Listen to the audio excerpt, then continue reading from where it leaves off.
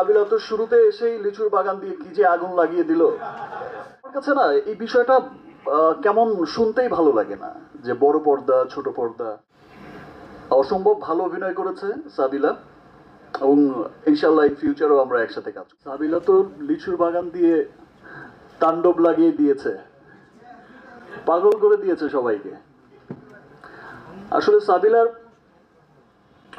আমার কাছে, আমি আগেও কয়েকবার যখন দেখা হয়েছে আমি তখনও বলেছি যে সিনেমা করো না কেন, সিনেমা করো।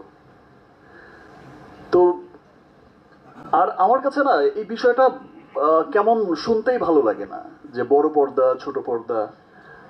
আমরা হচ্ছে অভিনেতা অভিনেত্রী, এটা এটা যে অঙ্গনেই হোক।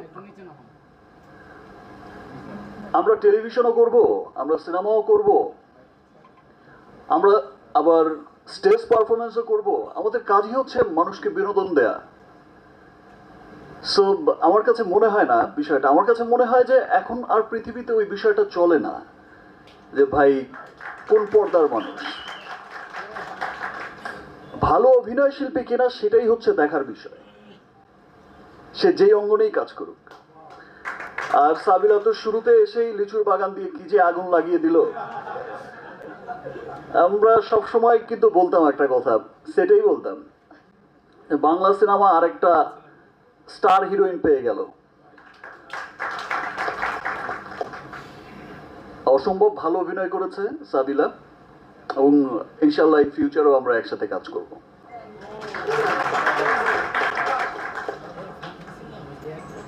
আর কোনো প্রশ্ন?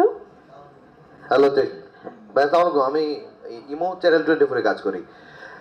একটা জিনিস একটু জানতে চাই রায়হান রাফির কাছে। প্রথমেই আপনাকে ধন্যবাদ, একটা সিনেমার বড় অংশ আপনি বাংলাদেশে শুটিং করেছেন, যেটা আমাদের বাংলা সিনেমা ইন্ডাস্ট্রি খুব শৌখের বিষয়। কারণ আমি লক্ষ্য করেছি, আমি যখন বিএফডিসিতে গিয়েছি, বিএফডিসির এমডি বর্তমানে যিনি আছেন, তিনি প্রাউড করে